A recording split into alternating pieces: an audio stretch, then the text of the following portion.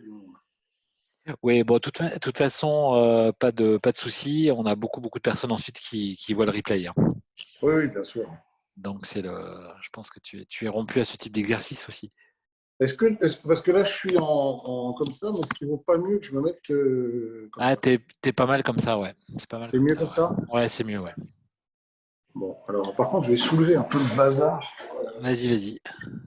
Je déteste la. Je te suis sur Insta et je vois passer les petites poêlées de morille, les viandes rouges. Ouais. Non, mais le produit, hein. Ouais, ouais. Il n'y a que ça de vrai. Simplicité, efficacité, comme on dit, hein. C'est exactement ça. Bon, et Donc, toi, ça va? Les affaires roulent bien? Vous avez des beaux projets? Ça avance bien? bah, écoute, très franchement, bon, enfin, c'est toujours un peu embêtant de dire ça dans l'ère du Covid. Ouais, c'est important ce que je veux faire. Ça, c'est pas mal aussi. Il y a les carafes. Ah ouais, c'est pas mal, ouais, c'est pas mal. Je peux te faire ça. Des carafes et des bouteilles. C'est pas mal, ouais. Non, pour répondre à ta question, donc globalement, ouais, ça va. Nous, le confinement a été une période où finalement, ben, on a eu beaucoup de demandes, surtout sur les formations en ligne. Ouais. Euh, voilà, c'est un nouveau format. Après, on l'aime ou on l'aime pas. Mais bon, il a ses avantages et ses inconvénients, on va dire ça comme ça. Ben, ça, c'est sûr. Ouais. Et voilà, non, après, globalement, sur les formations de la revue des 23 Académies, depuis un an, ben, ouais, si on devait donner quelques chiffres, on a quand même formé un petit peu plus de 850 personnes, ce qui Ouais. est, avec le Covid au milieu, ce qui est pas mal, hein, je Ah, trouve. c'est même très respectable. Ouais. Ouais, ouais, je trouve ça pas mal. Et puis, sur la partie formation de sommelier, on en est à peu près 150 personnes avec l'ouverture d'une 17-18 villes l'année prochaine, enfin un tout global sur la France. Donc, Mhm. on est content, puis on est très content de pouvoir. En tout cas, nos apprenants, il y a une chose sur laquelle ils sont très contents, c'est de pouvoir, maintenant qu'ils sont abonnés à la RVF, de facto, ils suivent l'actualité du vin et c'est vrai que pour eux, c'est une vraie occasion. Puis, il y a le côté actualité, il y a le côté dégustation, il y a le côté expertise et puis aussi la richesse des archives de la revue, quoi. C'est vrai que nous, depuis qu'on a rejoint la revue, on peut proposer à nos apprenants toute la profondeur de l'analyse et du travail qui a été fait toutes ces années, quoi. Oui, et c'est vrai que c'est un truc que nous, qu'on a sous la main, qu'on ne valorise pas toujours bien, parce que bon, il est là, mais nous, on n'a pas forcément le temps de l'exploiter, et il y a tellement de choses là-dedans. Enfin, la revue, elle a plus de 100 ans, hein, et on a donc des archives de milliers de choses qui sont là, et alors, de temps en temps, on va acheter un petit coup d'œil dedans, mais c'est vrai que c'est colossal. Bah, moi, je sais pour en avoir discuté avec nos apprenants.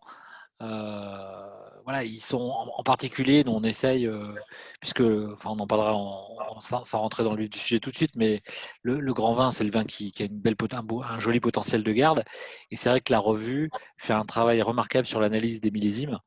Et c'est intéressant d'avoir, par exemple, de savoir comment un millésime a été perçu dans les 6 mois ou dans les 1 an de sa naissance. Et puis on se projette 5 ans, 10 ans, 15 ans après.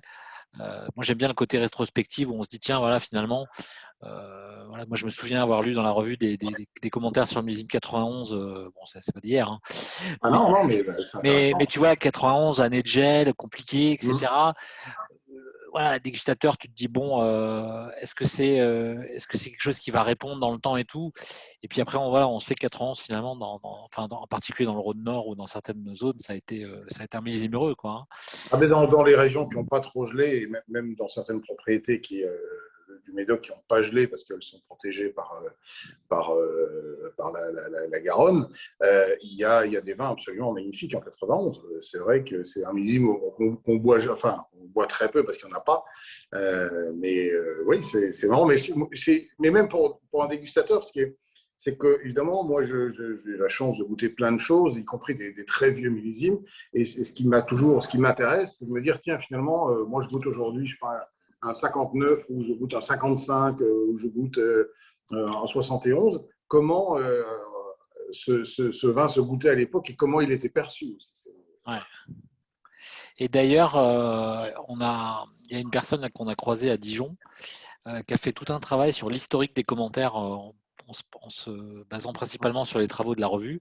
Et c'était assez rigolo de voir les premiers commentaires dans les années 30-40 et toute l'évolution qui a été faite jusqu'à nos jours. C'est vrai que c'est assez sympa, ouais, de voir l'historique, comment le vin Ouais. était perçu, quoi. Le vocabulaire a changé aussi, je pense. Ouais, bah oui, oui, oui. C'est sûr que dans les années 30, on parlait pas de tension et de minéralité. Non, non, non, bien sûr, on avait d'autres mots, mais à chaque époque, son vocabulaire aussi, c'est intéressant. Ouais. Bah, je pense que c'est comme dans les canons de la beauté. Si on regarde les œuvres d'art dans les années, enfin voilà, Exactement. 17e, 18e, bah, les canons de la beauté féminin ou masculin n'étaient pas les mêmes. Je pense que pour le vin, c'est un peu pareil, quoi. Oui, et puis on ne mangeait pas la même chose non plus. Hein. Non, On n'avait pas les mêmes vies. On mangeait, quand on prend des livres de cuisine des années 50, oui. on ne mangeait pas la même chose. Je crois qu'on aurait, toi et moi, des méga problèmes de cholestérol, ouais. Je crois, oui. Bon, je te propose, écoute, on est un petit peu plus de 50, donc Ouais. ce qui est honorable face à la concurrence des terrasses. Mm. Je- coucou Francesca, c'est pas grave. Salut, ça va. On a nos aficionados, Francesca, qui est sommelière au Chili, tu vois, qui nous écoute de ce beau Bravo. pays. Donc, quelle heure il est au Chili? Il est quelle heure au Chili, Francesca? Tu peux allumer ton micro 2 secondes, peut-être nous dire bonjour. Ouais. Les midi 04. D'accord. Voilà, bonjour. Bonjour, eh ben, Enchantée. midi 04, ben voilà, ben, il est 18h04 ici, l'heure de l'apéro aussi, mais pas le même. On fait dans l'apéro. Voilà, nous on va commencer l'apéro avant déjeuner. Bon, super. Francesca, pour la petite histoire, je l'introduis. Elle rejoint la revue des 23 académies avec nous sur les formations. Donc, elle va nous faire des petits webinars sur le Chili, tout ça, puis quelques formations à distance. Voilà. Parfait. Alors, Olivier, on va rentrer dans le vif du sujet. Peut-être tu te présentes ton parcours, parce que je connais un peu ton parcours. Je sais que tu as fait beaucoup de choses. Donc, Oui, alors pour partir d'aujourd'hui, bon, évidemment, je travaille pour la revue du vin de France, je suis dégustateur pour la revue depuis maintenant une quinzaine d'années à peu près. J'ai rejoint le magazine en 2005 de manière permanente. J'ai au sein de la revue fait pas mal de choses et aujourd'hui je m'occupe plus particulièrement de deux grandes régions, notamment pour le guide, hein, le guide vert. Je déguste le Médoc et je déguste le Nord-Vallée du Rhône. Parallèlement à ça, ben, j'ai d'autres activités qui, elles, sont radiophoniques, puisque je suis chroniqueur gastronomique sur Europe 1 depuis 7 ans maintenant, avec plusieurs émissions et encore des projets à venir. Et puis, j'ai collaboré à différents autres supports ou différentes autres aventures, en général dans l'univers de la télévision et de la radio, mais qui n'ont pas forcément de rapport avec la gastronomie et le vin. On va dire que le vin et la gastronomie sont mon métier à temps plein et exclusif depuis 15 ans. Voilà, j'ai abandonné le métier plus classique du journalisme, et du terrain et du reportage généraliste au profit de ce qui était ma passion depuis toujours. Et quand on a la chance de vivre de sa passion, aujourd'hui, c'est, je crois, un luxe qui n'a absolument aucun prix et je le mesure tous les jours. ouais, c'est vrai que cette notion de pouvoir vivre de sa passion, c'est assez génial. Et du coup, enfin, moi, je te lis assez souvent. Donc, on voit aussi ta formation journalistique à travers ton agilité à manier la plume. Alors voilà, donc moi je suis avant tout, je suis journaliste, hein, c'est mon métier, c'est mon métier, et j'ai greffé le vin et la gastronomie par-dessus. Je viens pas du vin et de la gastronomie, parce que c'est vrai que chez nous, à la revue du vin de France, on a plutôt deux types de profils. On a des gens qui viennent de l'univers du vin et qui rentrent à la revue, qui rentrent dans la presse, et pour qui l'écriture n'est pas forcément le métier premier, il leur faut s'y mettre. Moi, mon métier premier, c'était de faire du reportage et du journalisme, de faire de la télé, de la radio, de la presse écrite. Donc j'ai été formé, rompu à cet exercice avant de le mettre au service de la revue et donc du vin et de la gastronomie. Et si tu devais, après on quittera cette partie pour rentrer directement dans le vin, mais c'est important quand même enfin moi j'aime toujours bien quand on invite quelqu'un le connaître, c'est important, humainement parlant. Si tu devais comparer toi ton expérience radiophonique et écrite, comment enfin au niveau journalistique, tu le vis comment, tu le transposes comment en termes d'expérience, à travers le vin ou pas forcément à travers le vin, quoi. Oui, alors pas forcément très le vin, mais moi j'ai la chance d'avoir touché tous les supports. Hein. J'ai fait de la radio, j'ai fait de la télévision, j'ai fait de la presse écrite. C'est des supports qui sont évidemment complémentaires et différents. Et chacun a évidemment son terrain de jeu et d'expression. Je pense que pour le vin, le média de la presse écrite est évidemment le plus intéressant parce que d'abord en radio on est contraint par un certain nombre de lois et notamment la loi Evin en France qui est compliqué pour faire de la communication claire sur le vin, notamment en citant des marques, etc. La télévision, j'en parle même pas. Et c'est vrai que je pense aussi que les gens qui lisent sur le vin sont des gens il faut prendre son temps, quoi, et notamment quand on parle d'expertise, de notation, de commentaires de vin, d'expression, tout ça. Je pense que la presse écrite est un média qui est particulièrement bien adapté à l'univers du vin. Écoute, je partage. Tu nous parles un petit peu de Bordeaux, parce que c'est un petit peu le thème de ce soir, hein, le goût et couleurs des vins de Bordeaux. Voilà. Si tu devais, je ne sais pas, décrire Bordeaux pour toi en quelques mots, comment tu pourrais… Moi, Bordeaux, c'est vraiment le grand vignoble classique et indémodable français à mes yeux, même si je sais, on y reviendra certainement, il a parfois été un petit peu malmené et on a beaucoup de choses à dire sur l'image de Bordeaux. On va probablement parler de ce fameux Bordeaux bashing, etc. Moi, j'ai toujours été très fidèle à Bordeaux. J'ai commencé à aimer le vin au travers deux grandes régions qui sont la Bourgogne et Bordeaux. C'est les premiers vins que j'ai achetés, qui m'ont plu et que j'ai eu envie de déguster. Donc, je suis toujours resté très fidèle à Bordeaux. Je pense que contrairement à ce qu'on pourrait penser, Bordeaux est une région qui a beaucoup bougé et qui bouge beaucoup. On a peut-être tendance à penser qu'elle est quelque part engoncée dans une espèce de traditionnalisme, que c'est pas une région dynamique, que ce sont des vieilles familles, de vieilles propriétés, que finalement il se passe pas grand-chose là-bas. Eh bien, je peux vous dire que c'est faux. Bordeaux est une région très dynamique, là aussi je pense qu'on va y revenir. C'est une région passionnante et c'est surtout une région qui est très vaste et multifacette. C'est-à-dire que quand on parle du vin de Bordeaux, mais de quel vin de Bordeaux parlons-nous?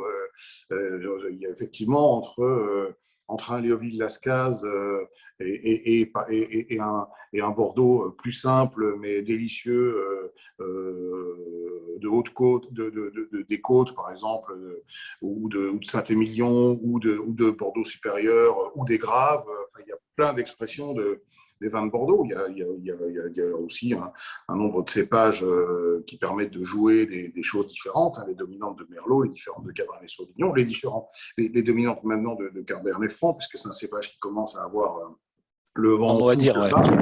Et donc voilà, il y a aujourd'hui des visages de Bordeaux. Il n'y a pas qu'un Bordeaux, il y en a beaucoup.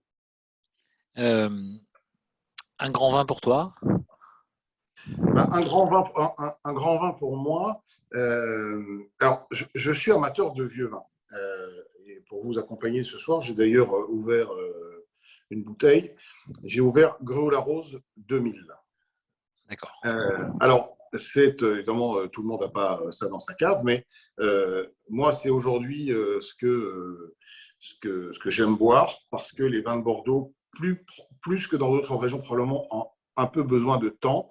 Et je pense que la notion du temps dans les grands vins français, elle est fondamentale. Les grands vins sont avant tout pour moi des vins de garde. Je me demandais la définition d'un grand vin. Pour moi, c'est avant tout, c'est un vin de garde capable de vieillir et de se bonifier évidemment en vieillissant, parce que tous les vins peuvent vieillir. Oui, mais tout ne donne pas plus ou moins heureusement, oui. Voilà, exactement. Donc, ce sont des vins qui vieillissent longtemps. Quand je parle de vieux vins, pour moi, on commence à parler de vieux vins au-delà d'une quinzaine d'années, et on peut descendre beaucoup plus profondément. Et ce grand vin, c'est celui qui, à ce moment-là, va apporter une complexité, va démontrer que le temps l'a aidé, l'a patiné, lui a donné de la complexité, et un vin qui reste évidemment toujours élégant, digeste, qui ne donne pas l'impression de forcer, de surjouer, qui tombe comme une espèce d'évidence. Et j'aime bien ce néologisme un peu barbare qu'est la digestibilité. Je pense que tous les grands vins doivent en être pourvus, ils doivent être digestes, ils doivent être buvables, ils doivent avoir de l'équilibre. Et le très grand vin, c'est celui qui, au moment où vous allez le boire, va vous générer ce petit plus qui est l'émotion, et qui fait la différence entre un bon vin, un grand vin, un très grand vin. Au moment où vous allez évidemment mettre le nez dedans, vous allez vous dire, tiens, là, il se passe quelque chose, c'est quelque chose d'à part. C'est ce que j'aime bien à dire, moi, finalement, c'est un peu la part invisible du vin, finalement. Puisqu'on parle du vin, le vin, on peut le toucher tactilement au niveau de la bouche, on peut le regarder. Les arômes, on ne les voit pas, mais on les sent. Il y a quelque chose d'immatériel dans le grand vin, voilà, qui fait l'union autour d'une table, voilà, tu goûtes un grand vin, tu es arrêté un peu par la vibration du vin, et tu te dis waouh. Enfin, moi j'aime bien quand la conversation s'arrête, quoi. Oui, alors ça c'est la cerise sur le gâteau, mais ce que je voudrais dire aussi, c'est que je pense qu'on parle de notion de temps, de garde, etc.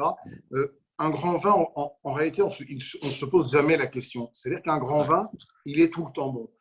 L'idée qu'un vin est imbuvable pendant une époque, et on dit non, mais vous allez voir ça dans 30 ans, ça va être quelque chose de grandiose, ça n'existe pas. C'est une fausse idée qui sert à vendre de la piquette avec la promesse qu'évidemment il sera bon dans longtemps. Et comme Et dans surtout, longtemps après, surtout celui qui l'a vendu n'est plus là pour lors de l'ouverture de la bouteille. Ouais. exactement, il n'y a pas de service après-vente. Un grand vin, alors évidemment que le temps va lui apporter de la complexité et que 20, 30 ans ou 40 ans de garde ne se remplacent pas et amènent une dimension supplémentaire, mais un grand vin est bon tout le temps.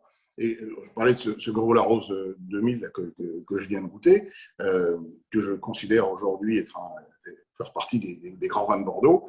Je me souviens des dégustations primeurs en 2000. Les vins étaient déjà délicieux. Ce vin, à 5 ans d'âge, il était bon. À 10 ans d'âge, il était bon. Là, maintenant, il a 21 ans, il l'est toujours. Et dans 10 ans, conservé dans une bonne cave, il sera encore bon.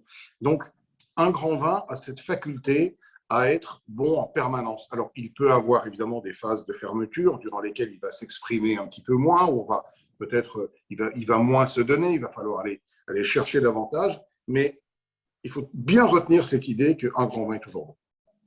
Je suis assez d'accord, et si on compare un petit peu la notion de grand vin, moi j'aime bien toujours dire qu'il y a des vins, le grand vin est toujours bon, je partage complètement. Il y a des moments où il est plus ou moins bavard. J'aime bien Oui, bien sûr qu'il y a c'est tout à fait ça. Il y a des moments, et même à quel ça se joue à plein de circonstances, à des conditions météo, des conditions d'ouverture. On sait très bien qu'il y a des jours qui sont plus favorables à la dégustation du vin que d'autres, que la pression atmosphérique joue quelque part aussi un rôle dans l'expression des saveurs. Mais finalement, on est là un peu à la marge. Un grand vin, on sait qu'il est là. Ouais, il transcende un peu tout ça quelque part. Ouais. C'est ça. Il y a des petits commentaires. Oui, il y a Pascal qui nous dit oui, la loi Evin. Oui, petit jeu de mots. Oui, oui. Alors la loi Evin, finalement, c'est assez compliqué d'avoir une position très arrêtée dessus parce que je pense qu'elle a évidemment, elle est extrêmement pénalisante, notamment pour la promotion ou l'explication ou la culture même du vin au travers des médias comme la télévision, la radio. Mais en même temps, c'est une loi qui est très protectrice. Et je pense que beaucoup de vignerons doivent avoir dans la tête que s'il n'y avait pas la loi Evin et si la publicité pour les vins était autorisée, par exemple, ben, je peux vous dire que des très grands groupes internationaux seraient présents bien davantage sur le marché français parce qu'ils pénétreraient avec des forces de frappe et notamment des forces de frappe publicitaires que n'ont pas forcément les Français. Très forte, ouais. Et ceux qui ont les forces de frappe publicitaires, ce n'est pas forcément ceux qui font les meilleurs vins non plus. Donc, je ne suis pas certain que les petits vignerons, je n'aime pas trop ce terme, mais en tout cas des vignerons qui ne sont pas très importants en termes de volume et qui n'ont pas la force de frappe d'un grand groupe, seraient très gagnants finalement si on devait autoriser la publicité, je ne sais pas, à la télévision, sur les événements sportifs ou des choses comme ça. Je pense que c'est davantage des brasseurs ou les faiseurs de vin dans des volumes très, très, très considérables qu'on peut trouver dans certains pays qui occuperaient ce terrain. On a une petite question dans le chat sur comment vont vieillir les vins entre guillemets parkerisés et en particulier ceux qui sont déjà un peu fatigués. Alors, on commence à avoir des réponses à ces questions, puisque Parker a commencé à sévir à Bordeaux au début des années 80, en 82 exactement, qu'il a été très actif jusqu'il y a 5-6 ans, puisqu'il a pris sa retraite il y a 5-6 ans. ce que je voudrais d'abord dire, c'est que Robert Parcours, que je n'ai rencontré qu'une seule fois dans ma vie, que j'ai lu, comme beaucoup de monde, que j'ai beaucoup lu, et pour qui j'ai une certaine considération. Euh, euh, C'est quand même un gars qui savait goûter, hein. On peut lui non, non, reprocher plein de choses, mais il savait goûter, quoi. c'est un gars qui goûtait remarquablement, qui était surtout extrêmement cohérent avec lui-même et qui finalement enfin, la dynamique qui s'est créée autour de lui, il ne l'a pas voulu, elle s'est faite toute seule. Enfin, Parker ne s'est pas levé un matin en disant je vais montrer à tous les Bordelais comment il faut faire du vin. Et je pense qu'il faut distinguer Parker, l'homme et ses goûts, et l'image que Bordeaux a voulu s'en faire. Et je m'explique. Si on regarde aujourd'hui, si on reprend des guides Parker et on regarde les vins qu'il a le mieux notés, les châteaux qu'il a le mieux notés avec des très hautes notes régulières. Là, on va se rendre compte que c'est Lafite Rothschild, je parle de Bordeaux, hein, que c'est Lafite Rothschild, que c'est, je crois, Aubryon, que c'est Léoville Lascaz. Ce ne sont pas des vins ultra bodybuildés. Et je pense qu'il y a eu à un moment une interprétation des vignerons, notamment de Saint-Émilion à Bordeaux, qui se sont dit, il faut qu'on fasse ça pour lui faire plaisir. Est-ce que ça lui faisait vraiment plaisir? Est-ce qu'il a toujours très bien noté ses vins-là? Ce n'est pas certain non plus. Alors oui, il y a eu des vins, entre guillemets, très parkerisés, auxquels il a donné de bonnes notes, qui ont pas toujours bien vieilli. Hein. On va citer des noms, il n'y a pas de langue de bois, mais je pense par exemple à une propriété comme Trollon-Mondo, qui a fait pendant de nombreuses années des vins très puissants, très extraits, très parkerisés dans l'image qu'on peut Alors qu'il y a un terroir qui est magnifique, quoi. Il y a un terroir qui est magnifique et les vins n'ont pas tous tenu leurs promesses, il faut le reconnaître. Mais si on prend les 100 Parker, les 100 points Parker, des vins de référence, Château Montrose 90 par exemple, qui est un vin qui avait beaucoup fait parler de lui à une époque, c'est un 100 points Parker. Il faut dire que les bouteilles, quand vous en avez une bonne qui était bien stockée, c'est remarquable. Beau Séjour Dufault-Lagaros 90, qui est un cru, est un vin absolument fantastique. Le Haut-Brion 89 est fantastique. Le 86 de Mouton est fantastique. Donc, finalement, il ne s'est pas tant trompé que ça. Donc, finalement, il faut bien différencier, comme tu l'as dit, l'homme et ce qu'on a voulu lui faire dire aussi. Ouais. Exactement, et ça a arrangé aussi beaucoup de gens, je pense, de vouloir lui faire porter un chapeau très, très grand, même s'il avait beaucoup de surface et que c'était quelqu'un de... Mais il n'a jamais imposé, son goût. C'est pas lui qui est allé faire les vins. Alors bien sûr, il avait de la complicité. Il était très proche de gens comme Michel Roland, qui est un winemaker qui a beaucoup poussé justement à l'élaboration de ces vins très mûrs, très extraits, très puissants. Roland a fait des vins remarquables. Il a fait des choses qui m'intéressent moins, mais il a fait aussi des vins remarquables. Heureusement. Écoute, je suis comme toi, je bois un coup quand même. Bah, oui, puis là, je n'ai pas l'intention de le cracher, celui-là, je peux te le dire. Ouais, bon, écoute, ouais. Moi, je crache, mais bon. Parce que j'ai pas eu le temps. Je suis à l'école, là, j'ai pas eu le temps de repasser à la maison pour prendre une grosse bouteille. Donc, j'ai trouvé une bouteille de l'école qui est la fleur Pérabon 2014. Ah oui. Écoute, voilà. Qui est plutôt, ça se goûte plutôt pas mal. Ouais. C'est la propriété de Patrick Bernard. C'est ça, ouais. Voilà, qui est la famille Bernard qui possède le groupe Millésima. Et c'est leur petite propriété. Ils ont deux vins. Ils ont Pérabon, ils ont Fleur Pérabon. Ouais, et c'est la partie, si je ne me trompe pas, c'est la partie ouest de Pauillac. Hein. C'est à côté de l'Iverson, c'est dans ce coin-là. Hein. Voilà, c'est ça, exactement. C'est un joli terroir. C'est pas très grand. Je crois qu'il y a 2 ou 3 hectares. Mais c'est plutôt bien fait. Et 2014, aujourd'hui, ça doit commencer à bien se goûter. Ouais, ça goûte. Les tanins sont patinés. Il y a une jolie souplesse. Ouais, j'aime bien. Moi, écoute, avec un petit coup de barbecue ce soir, ça devrait le faire. Oui, ben voilà, en terrasse. Oui, la terrasse, je sais pas. Après, je sais pas quel temps vous avez à Paris, mais. À Paris, il fait gris, il pleut pas, mais je pense que ça n'arrêtera pas les gens de toute façon. Moi, tu vois, si je penche la tête, je suis rayé comme par le soleil. Hein. Mais bon, je ne vais pas être désagréable pour ceux qui sont dans d'autres régions. C'est ça. Alors, j'aimerais que tu me parles un petit peu du back-office du guide vert quand tu pars en chasse de ta mission en particulier. On va se concentrer sur le Médoc, puisque je crois que c'est ta charge au sein du guide vert. Oui, même si j'ai fait les autres régions bordelaises à un moment aussi, mais bon, aujourd'hui, c'est plutôt le Médoc. comment tu pratiques, comment ça se passe dans les coulisses et comment tu vas sortir les 3 ou 2 étoiles, ou une étoile d'ailleurs, ou les 100 étoiles. C'est quoi ta vibration quoi? Là-dessus, c'est comment tu fais? Alors, donc le Médoc, c'est à peu près 90 domaines. Il faut savoir que le guide vert est ce qu'on appelle un guide fermé. C'est-à-dire qu'on a chaque année une pagination qui est constante et donc, par la force des choses, un nombre de domaines retenus dedans qui est à peu près constant.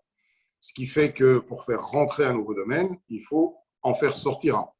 Alors, ça, c'est toujours un arbitrage qui, évidemment, est compliqué. Si on avait un guide ouvert en se disant que pour faire rentrer ce qu'on veut, on aurait probablement un guide qui ressemblerait davantage à l'annuaire qu'un guide sérieux. Notre idée étant de nous concentrer sur les meilleurs vins, donc c'est forcément une sélection arbitraire. Le Médoc, je crois, de mémoire, c'est à peu près 90 châteaux. Donc, il y a un turnover chaque année qui est relativement faible. Parce que d'abord, dans le Médoc, il n'y a pas un nouveau château qui arrive tous les ans.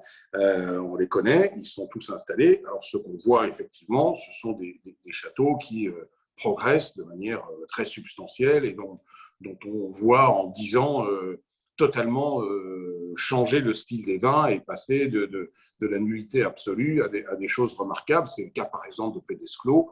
Le château Pedesclo, depuis qu'il a été racheté par la famille Lorenzetti, Pedesco était un cru classé absolument abominable. Depuis, il est aujourd'hui dans le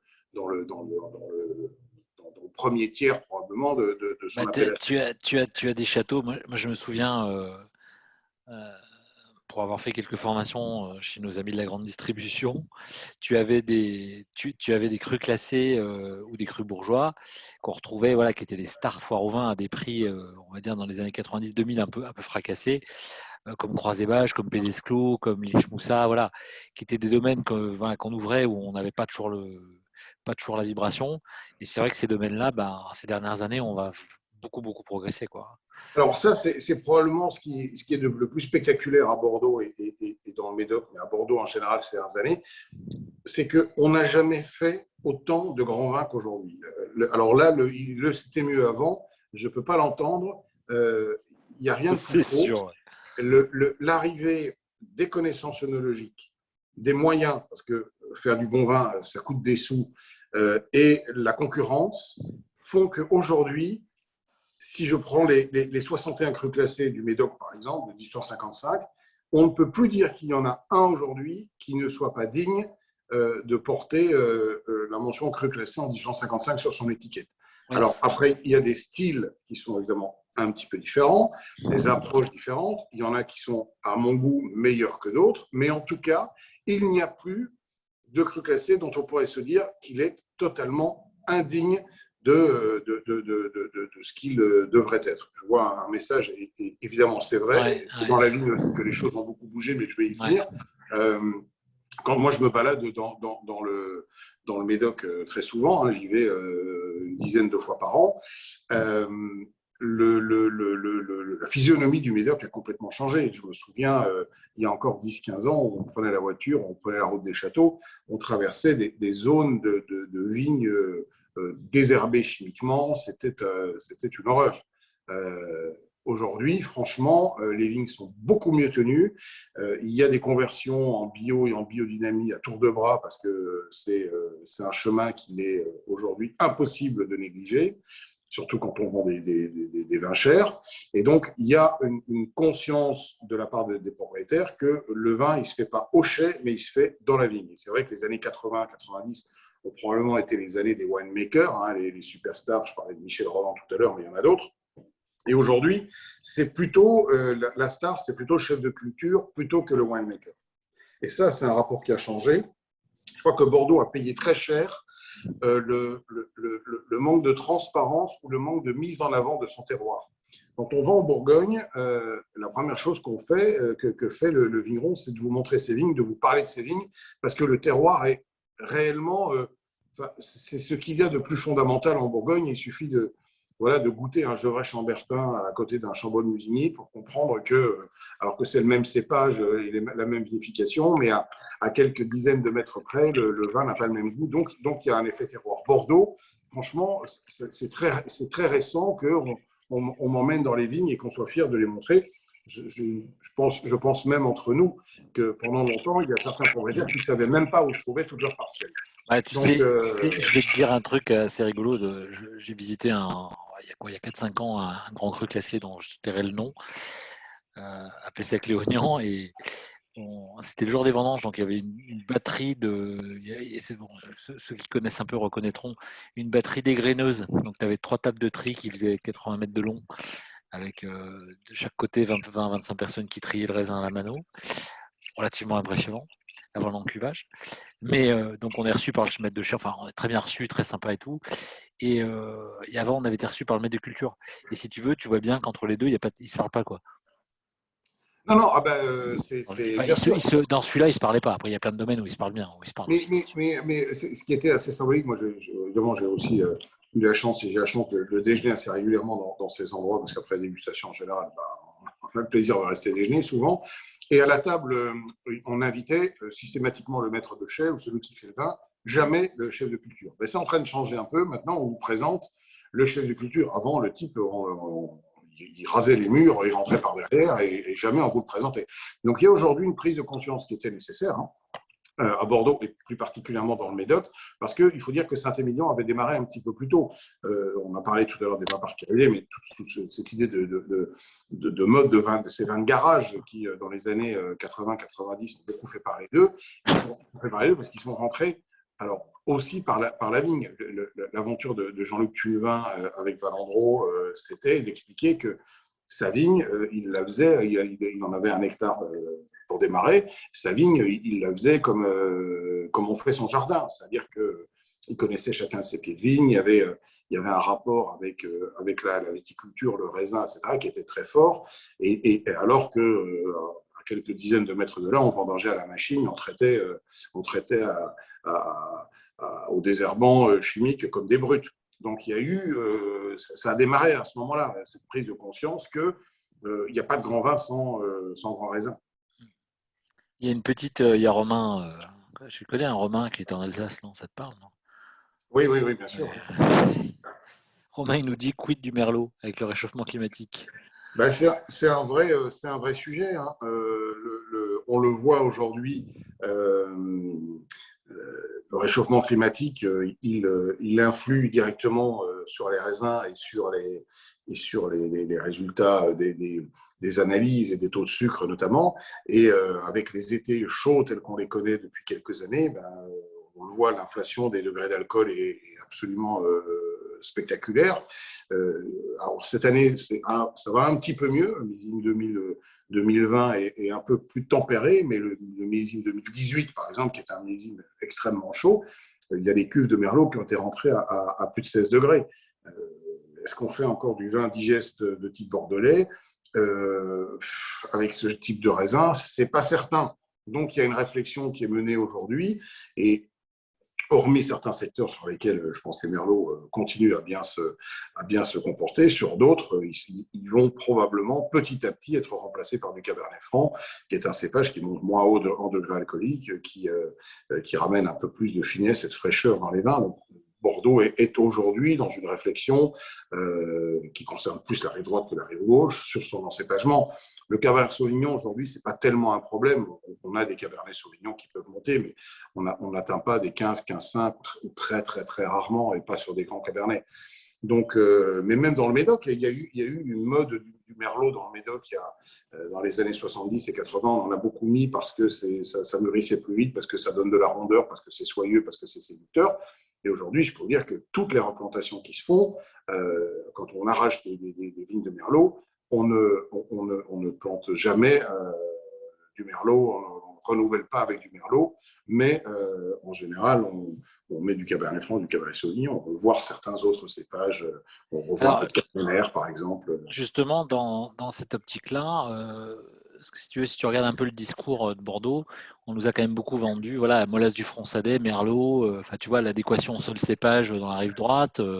Voilà. Est-ce que le réchauffement climatique vient balayer ce concept-là? Enfin, c'est quoi ton avis sur ça? Je pense que tout dépend de ce qu'on cherche à faire. Si on cherche à faire du vin pour la grande distribution à 3,50 € la bouteille, avec marqué Bordeaux dessus, allons-y, hein, plantons. Ça le fait. Ça le fait. Si on veut faire des grands vins de terroir qui ont une caractéristique, qui génèrent un peu d'émotion, du potentiel de garde, là, on parle d'autre chose. Mais bien sûr que Bordeaux, ce qui est incroyable à Bordeaux, c'est qu'il y a il y a pratiquement un rapport de 1 à 500 entre les vins les moins chers et les vins les plus chers. Vous avez, on a parlé il n'y a pas très longtemps, ce scandale des vins de Bordeaux à 1,50 € dans la grande distribution. Et à côté de ça, il y a des vins qui sortent en primeur cette semaine à 450 ou 500 €, donc la bouteille. Donc Bordeaux, c'est ça aussi, c'est ce grand écart-là. Et je pense qu'il n'y a pas beaucoup d'autres régions dans lesquelles il y a un tel delta. Il n'y en a même probablement pas. Ça, c'est certain. Je suis un peu le déroulé des questions. Quid de Liber Pater, hein, qu'on a accueilli il y a 15 jours, 3 semaines. Sujet un peu, comment je dirais, marginal, si je peux dire ça. Oui, alors bon, moi, je n'ai rien contre les expérimentations. Je pense qu'il faut d'ailleurs que Bordeaux soit ouvert à la réflexion et qu'on ne peut pas figer les choses de manière définitive. Moi, bon, vendre la bouteille 30 000 € et faire du dénigrement systématique en expliquant qu'il n'y a que sa vision qui est la bonne et que finalement, lui détient la vérité des vieux cépages et du goût traditionnel bordelais, je ne suis pas fan de ce discours-là. Je pense que c'est intéressant, sa démarche est intéressante, j'ai eu l'occasion de goûter une fois. Bon, voilà, moi je ne mets pas 30 000 € dans une bouteille de vin, je trouve qu'il y a un côté un peu indécent à faire ça. Et ça, c'est mon avis. Je suis assez d'accord. Et je pense qu'aujourd'hui, à partir du moment où on rentre dans un discours, enfin moi j'ai un discours peut-être un peu humaniste, mais quand on rentre dans le dénigrement, on n'est pas dans quelque chose de constructif. Non, Je pense non, on peut tous être différents, et heureusement, et vivre la différence d'ailleurs, hein, c'est ce qui fait notre richesse. Mais c'est vrai que c'est important de rester dans une notion de respect. Enfin, moi, je le vis comme ça, quoi. oui, enfin, dans le monde le monde du vin n'échappe pas, bien évidemment, au travers de l'âme humaine. Et bien sûr que les jalousies, les conflits, les concurrences, les rancunes entre voisins, on trouve ça dans le vignoble comme partout ailleurs d'ailleurs. Mais je pense que un vignoble, avec tous les enjeux qu'il a aujourd'hui devant lui, que ce soit Bordeaux ou ailleurs, sur notamment le réchauffement climatique, la transition vers un certain nombre de choses d'écologie, etc., ne s'en sortira que si tous les vignerons sont unis. Si chacun tire de son côté, ça ne marchera pas. C'est ce qui a fait le désœuvrement des vins français à l'export sur beaucoup de marchés, malheureusement. Ouais. Oui, et qui fait encore d'ailleurs, je pense aujourd'hui, qui est responsable aussi en partie de la mauvaise image que peuvent avoir certains Français aujourd'hui, parce que chacun joue pour lui et qu'on entend peu parler de collectif. Je suis assez d'accord. Une petite question de Sabine sur Sauternes en cocktail et l'éclairé. Bah, alors, Sauternes en cocktail, c'est compliqué de répondre parce que, évidemment, c'est une appellation qui est au bord du dépôt de bilan, il faut être honnête. Sauternes a ce paradoxe incroyable, c'est que tout le monde aime ça, mais personne n'en achète et personne n'en boit. Et je me mets dans l'eau. Hein. Moi, j'adore le Sauternes, mais j'en achète peu parce que j'en bois peu. Et ils sont aujourd'hui, alors en plus, particulièrement malmenés par le climat, puisqu'ils n'ont pas échappé au gel là, il y a quelques semaines. Les accidents climatiques, ils les connaissent depuis quelques millésimes. Et donc, la situation pour un certain nombre de crus est pratiquement désespérée. Je crois qu'il y a des crus qui sont en dépôt de bilan. C'est quand même un truc, on va en parler dans les semaines qui viennent, mais il y a des crus qui sont aujourd'hui en dépôt de bilan. Bon, alors relancer le Sauternes en faisant du cocktail avec, j'ai goûté. Alors, si c'est pour le faire avec du IKEM 67, évidemment, la question ne se pose pas, non. Mais si ça peut permettre à certains Sauternes qui sont peut-être vinifiés et travaillés dans un esprit d'une consommation un peu différente, je ne suis pas fondamentalement contre. Alors, je pense que ça me concerne. Il ne faut pas que ça concerne les très grands terroirs de Sauternes et le cœur de ces terroirs. Et je pense qu'il faut essayer, tant que faire se peut, de garder l'identité de ces vins de Sauternes. Mais, ma foi, si on me propose cet été un cocktail avec du sauterne à l'intérieur et que le cocktail est bon, et que ça permet d'écouler un peu de vin, mieux vaut qu'ils finissent comme ça plutôt que. Tu sais, moi, je préfère boire un sauterne, je ne sais pas quoi, tonique, qu'un gin tonic avec du Gordon ou Oui, oui. un spi un peu fatigant, quoi. Voilà, moi j'ai goûté un cocktail qui est fait à la fois hyper aguerri avec un verre de sauterne qui n'est pas le premier vin évidemment, mais dans lequel il rajoute, je crois, un peu de zeste d'orange. Il y a 3 glaçons, je ne sais plus quoi. Enfin bref, c'était assez digeste, c'était finalement assez bon. Et c'est probablement une des seules manières de boire le sauterne aujourd'hui à l'apéritif en été. Personne ne va s'ouvrir une bouteille de sauterne quand on est 4 sur la terrasse qui fait 30 degrés dehors. À l'apéro, il faut bien reconnaître que le sauterne, c'est presque un vin de méditation. Moi, j'adore ça, un vieux sauterne bu pour lui-même à 17 heures au coin de la cheminée, c'est fantastique. Mais le problème, c'est qu'on n'a pas tout le temps, à 17 heures, le temps d'allumer un feu, de se mettre au bord de la cheminée et d'ouvrir une vieille bouteille de sauterne. Quant au sauterne foie gras du Nouvel An, évidemment, c'est totalement ringardisé, passé de mode, Ouais. et c'est pas bon. Donc, alors après, on dira oui, mais le sauterne, c'est bien sur les cuisines asiatiques, les cuisines épicées. D'accord, c'est vrai, mais qui demain va faire un curry et va avoir l'idée d'aller chercher dans sa cave une bouteille de riz sec ou de la fourrie Perrier? Pas grand monde, malheureusement. Quelques lecteurs érudits de la revue. Oui, alors ce qu'il faut savoir, ce qui est peut-être intéressant avec les sauternes, c'est qu'ils ont un avantage sur les autres vins, c'est qu'ils tiennent particulièrement bien ils tiennent bien à l'oxydation. C'est-à-dire que si vous ouvrez une bouteille de sauterne, vous en prélevez 2 verres, vous remettez le bouchon dessus, vous laissez au frigo, il tient une semaine. Ce n'est pas le cas avec un rouge ou avec un blanc qui franchement, s'oxyde beaucoup plus vite. Donc, on peut le boire un peu plus sur la longueur. Et pourquoi pas en ouvrir une le lundi et la finir le dimanche. En général, ça tient assez bien. On a une question sur les primeurs 2020. Alors, attends, plein dans l'actualité, là. Ouais. Bah, les prix sont sortis. Là, j'ai vu que beaucoup de châteaux sont sortis à des tarifs qui sont peu ou prou les mêmes que l'année dernière. Des petites augmentations, mais pas forcément très spectaculaires. De toute façon, le climat n'est pas, aujourd'hui, je pense, le climat mondial, même si il semblerait que la demande pour les vins français commence à repartir assez fortement. Enfin bon, pas une euphorie dingue. Et puis surtout, il y a beaucoup de stocks. Donc, les prix semblent assez sages pour un millésime que moi, j'aime bien. Alors, là, ce qui est intéressant, c'est de se poser la question, finalement, est-ce qu'il y a encore un effet millésime? On pourrait presque… Tu vois, il provocatrice. y a Laurent qui nous dit 2018-19, qualité équivalente ou pas, et quelle est la différence des millésimes. Alors, je vais y répondre. Pour moi, hormis les très petits millésimes, et j'en connais un, c'est 2013, qui franchement, est le millésime le plus compliqué que la région ait connu depuis 30 ans. Voilà, quand ça ne veut pas, ça ne veut pas. Les conditions climatiques ont été abominables. Il y a eu un développement de pourriture dès la fin du mois d'août. On a mangé des raisins, on n'aurait pas voulu le faire. Bref, oublions ce 2013.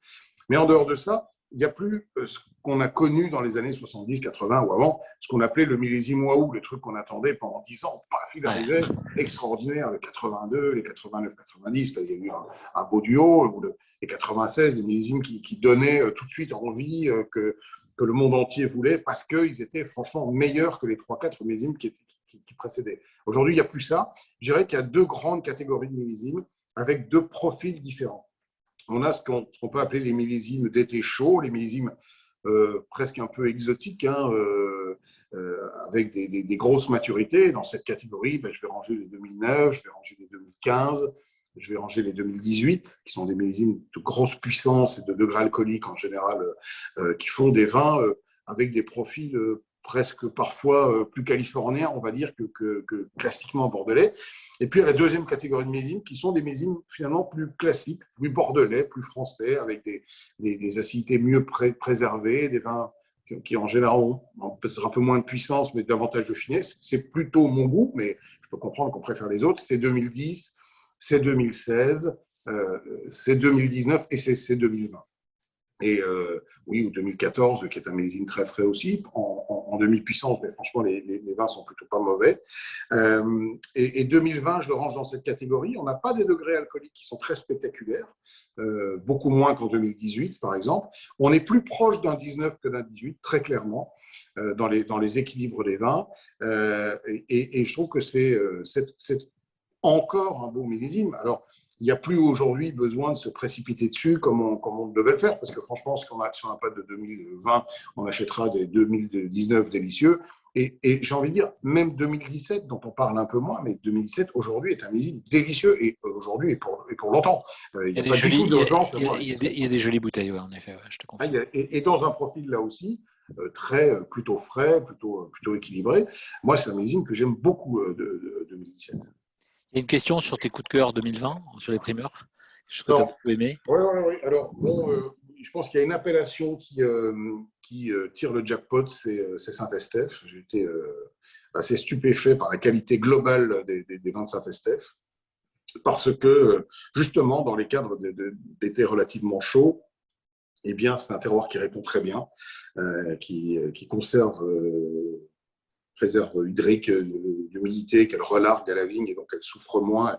Elle n'a pas ces phases de stress hydrique qu'elle peut avoir dans d'autres coins. Mais globalement, dans le Médoc, c'est plutôt une réussite. Saint-Estèphe, je trouve, à un niveau extraordinaire et notamment sur des vins qui sont extrêmement abordables. Pas, on prend même des crus classés comme Collaborie qui est loin d'être impayable.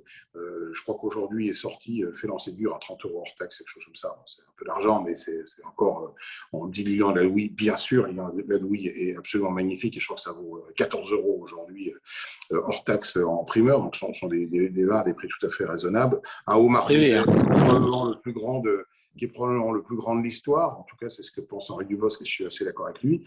Donc, voilà, Saint-Estèphe. Et puis après, il y a évidemment des réussites dans chaque appellation. Je pense que en achetant la revue du vin de France du mois de juin, vous saurez tout.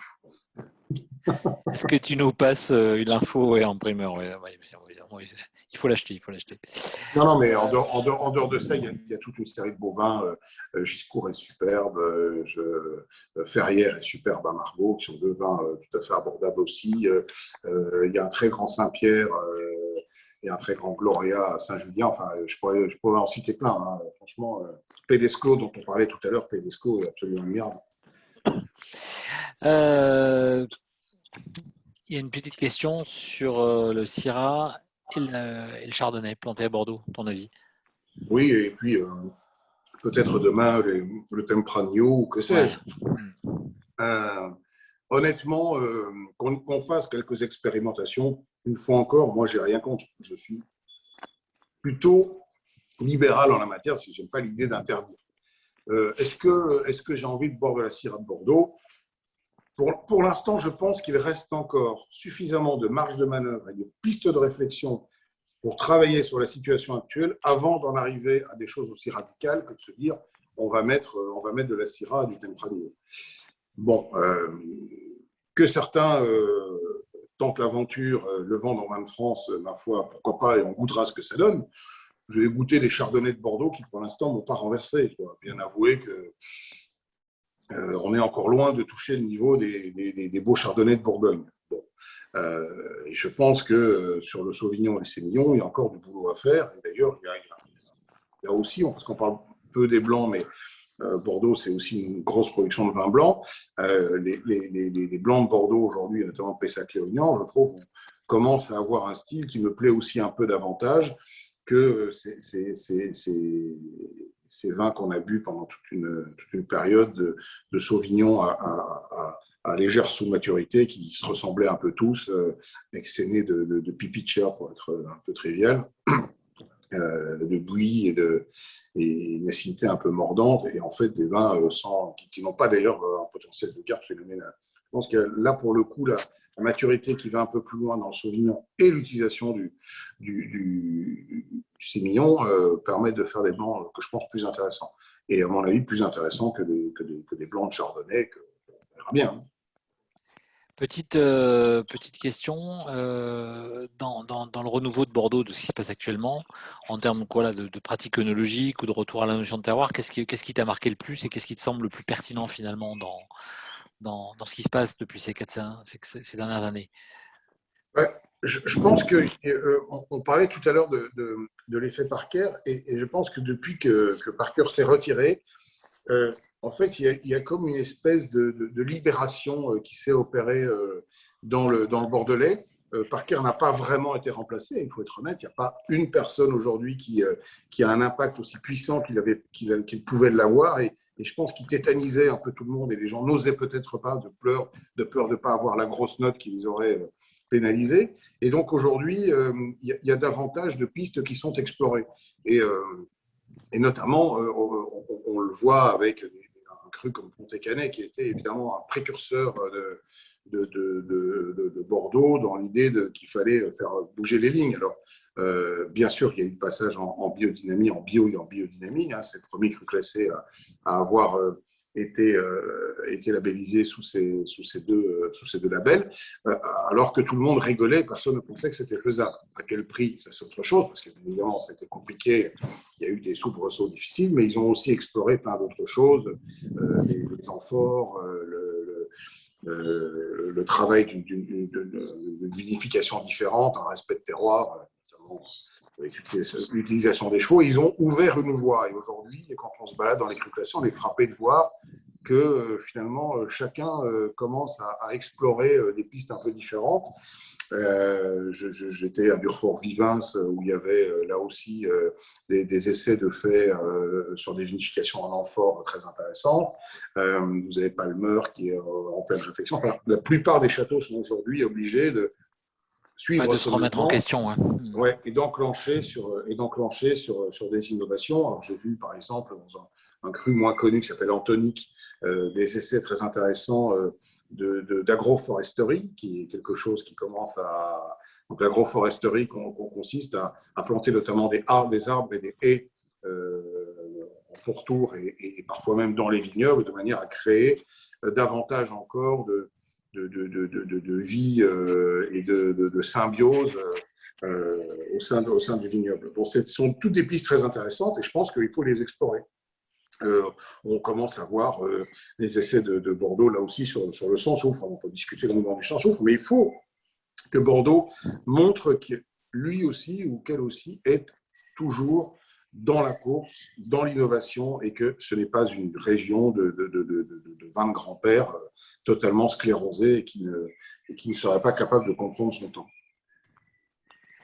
Une petite question de Romain qui nous dit, notre Romain Eltis qu'on connaît bien, comment faire pour que les vins de Bordeaux retrouvent la table? Difficile. Moi, je lui répondrais, c'est le travail des sommeliers, non? Oui, voilà. Monsieur le sommelier proposé, il n'y a pas que l'Alsace à table, Romain. Non, alors, ce qui me désole, c'est qu'en fait, Bordeaux ait quitté la table. Parce que c'est quand même, à mon sens, l'un des vins les mieux construits, l'un des vins les plus adaptés à la gastronomie, parce que les grands vins de Bordeaux sont des vins qui sont pratiquement toujours digestes. Et donc, je ne comprends pas qu'ils aient quitté la table. Alors, comment les faire revenir? Je pense qu'il est aussi de la responsabilité des Bordelais. Les Bordelais sont un peu responsables de ce qui leur arrive. Je ne suis pas en train de dire qu'ils se sont bien comportés. Je pense qu'ils ont à un moment complètement snobé, notamment les restaurateurs ou les sommeliers, que là où tout le monde faisait un boulot pour aller proposer ses vins, le vin, ça ne se vend jamais tout seul. Hein. Ils se sont probablement à un moment enfermés aussi dans leur château, ne communiquant pas suffisamment bien. Et il y a un travail de reconquête qu'ils doivent absolument mener, parce que sinon, effectivement, les places vont être prises par les autres. Mais ce que je veux dire, c'est que les Bordeaux à table, quand vous buvez un Bordeaux d'une dizaine d'années ou d'une quinzaine d'années à table, franchement, il n'y a pas mieux. Et même certains Bordeaux jeunes. Alors, c'est vrai que les Bordeaux très jeunes, notamment sur les très beaux terroirs, sont probablement moins avenants que ne peuvent l'être les vins d'autres régions. Et la faculté incroyable des grands vins de Bourgogne, par exemple, c'est que si vous ouvrez un 2018 ou un 2019, même d'un grand cru, il va évidemment en manquer probablement dans sa dimension complexe, mais en tout cas, on va boire la bouteille sans trop se poser de questions et ça va faire plaisir. Si on ouvre un Latour ou un Léoville Lascaz ou un Du Cru Beaucaillou 2018, Le plaisir sera moins grand. Il faut le reconnaître. La structure tannique des grands vins de Bordeaux les empêche très jeunes d'être des compagnons de table parfaits. Et donc, il y a aussi ce vrai problème de Bordeaux, c'est que si on veut en profiter, il faut les boire un peu vieux. Et pour les boire un peu vieux, il faut les faire vieillir. Et la question, c'est qui les fait vieillir? Alors, est-ce que ce sont les restaurateurs? Plus vraiment. En ce moment, ça va être compliqué. Ça va être compliqué. Est-ce que c'est les propriétés? Ben, je pense qu'il va falloir qu'ils se posent la question et que peut-être qu'ils fassent ce travail de mettre de côté chacun une partie de la production de manière à pouvoir remettre sur le marché plus tard des vins prêts à boire, parce que sinon, il va effectivement, pour les grands vins de Bordeaux, il va se passer un problème. Une fois encore, si j'ouvre une grande Syrah, si j'ouvre une grande côte rôtie de 2 ans d'âge, je prends du plaisir à table. Si j'ouvre un très grand Bordeaux de 2 ans d'âge, c'est compliqué. Ouais. C'est compliqué. Et donc, forcément, il y a une place qui n'occupe plus. Bon, écoute, on arrive bientôt presque à la fin de notre temps. Le temps passe vite. Hein. Avant de te passer le mot de la fin, je vais juste partager quelques infos sur les prochains webinars. Je vais passer en partage d'écran. Je ne sais pas si vous le voyez, non? Tout le monde est... Vous voyez les webinars ou pas du coup? Les dates? Non, ou pas? J'ai dû me planter. Attends, je ne suis pas très bon avec la technique. Hop, ça devrait être bon là. Olivier, tu me confirmes qu'on le voit? Je vois les choses. Les prochains, oui, je les vois. Super, super, ouais. Voilà, donc sur les prochains webinaires de la Revue des Vins de France Académie, le 3 juin, on aura la chance d'accueillir Jean-Charles Abatouch et Raphaël Pierre Bianchetti, donc sommelier corse. Le 17 juin, ta collègue Caroline, donc qui sommelière alsacienne, qui nous parlera un petit peu après Romain au mois de janvier, qui nous avait fait un très beau descriptif sur les vins d'Alsace. Et j'ai eu la confirmation aussi de Pascaline Lepelletier qui sera avec nous tout début juillet pour un très très beau webinar. N'hésitez pas à nous rejoindre. On a créé un groupe Facebook qui s'appelle Dégustons autrement sur les pratiques alternatives de la dégustation intuitive et géosensorielle, voilà, pour partager avec nous l'expérience qu'on vit. J'ai vu qu'il y a des participants au niveau 1 et niveau 2 qui sont inscrits dans les 2 prochaines semaines. Donc je les remercie d'avoir participé et d'être avec nous ce soir. Et puis je vais passer le mot de la fin et d'abord dire un grand merci à Olivier pour son temps, son partage, parce que Olivier, je l'ai beaucoup lu hein, depuis qu'on a j'ai rejoint la revue depuis 2 ans. Je côtoie les gens que j'ai lus depuis des années. Donc c'est toujours intéressant de voir l'homme derrière la plume, si je puis me permettre ainsi. Et en tout cas, je suis pas déçu de rencontrer des experts, mais pas des experts qui ont le melon, des experts qui aiment le vin, qui le boivent et qui le partagent. Ça, c'est important. Non, mais le vin, c'est avant tout ça, c'est avant tout le partage. Ce que je voudrais dire, c'est que voilà, quand je vous disais tout à l'heure que Bordeaux reste un de mes vignobles de cœur et que Bordeaux est loin de l'image qu'on peut en avoir. Il n'y a pas que des vins hors de prix à Bordeaux, il y a des vins tout à fait abordables. J'ai bu il n'y a pas longtemps un Château Cantemerle 2000, donc un vin qui avait 20 ans. Château Cantemerle, pour information, ça vaut autour de 20-22 euros en grande distribution pendant les foires au vin ou chez des cavistes ou sur des sites de vente, ce que vous voulez. Il y a peu de vins en France qui, à ce prix-là, sont capables de tenir 20 ans et d'offrir autant de plaisir après 20 ans d'âge. Et donc, arrêtons de penser que Bordeaux, ce ne sont que les 50 châteaux hors de prix. C'est aussi beaucoup de vins très attachants, intéressants, qui bougent. Et que le grand allié du vin de Bordeaux, c'est le temps. Et que là aussi, je connais peu de vins, il y a peu de vignobles en France dans lesquels des vins à 20 euros tiennent 20 ans. Et ça, c'est quelque chose qu'il faut préserver parce que c'est l'identité même de nos grands vins français, c'est l'identité même de notre savoir-faire. On ne se battra jamais, on ne gagnera jamais contre les vignobles du Nouveau Monde sur des entrées de gamme et sur des vins de fruits à boire après 1 ou 2 ans. En revanche, je suis intimement persuadé qu'on reste les meilleurs sur ces grands vins de garde et de promesses. Et voilà, redécouvrez Bordeaux pour ceux qui l'ont peut-être un peu oublié ou laissé tomber. Et vous allez voir que c'est aujourd'hui une région qui, en termes de rapport qualité-prix, est certainement l'une des plus intéressantes de France. Écoute, il y a Nadège qui te dit heureuse de voir Olivier que j'écoute régulièrement sur Europe 1. Voilà. J'ai raté le début. Bon, vous inquiétez pas, on vous envoie de toute façon, à partir du moment où vous êtes inscrit, on vous envoie le replay. J'enverrai aussi le replay à Olivier qui pourra le partager à sa communauté de fans. Avec plaisir. Voilà. Merci Olivier d'avoir pris le temps d'être avec nous. Merci à vous tous d'être avec là. À la vôtre. Hein. À la vôtre. Hein, voilà. Alors, moi je prends quand même prendre le verre parce que ne crois pas que je boive à la bouteille. Oui, bois pas à la bouteille. Hein, non, ça va. Merci à vous tous. Passez une excellente soirée. Un grand merci à Olivier. N'hésitez pas à vous saisir de la revue du mois de juin où il y a tout sur les primeurs 2000 pour faire de bonnes affaires et de bons achats. Voilà. Bonne soirée. Merci, bonne soirée à vous tous. À bientôt, au revoir. À bientôt, au revoir.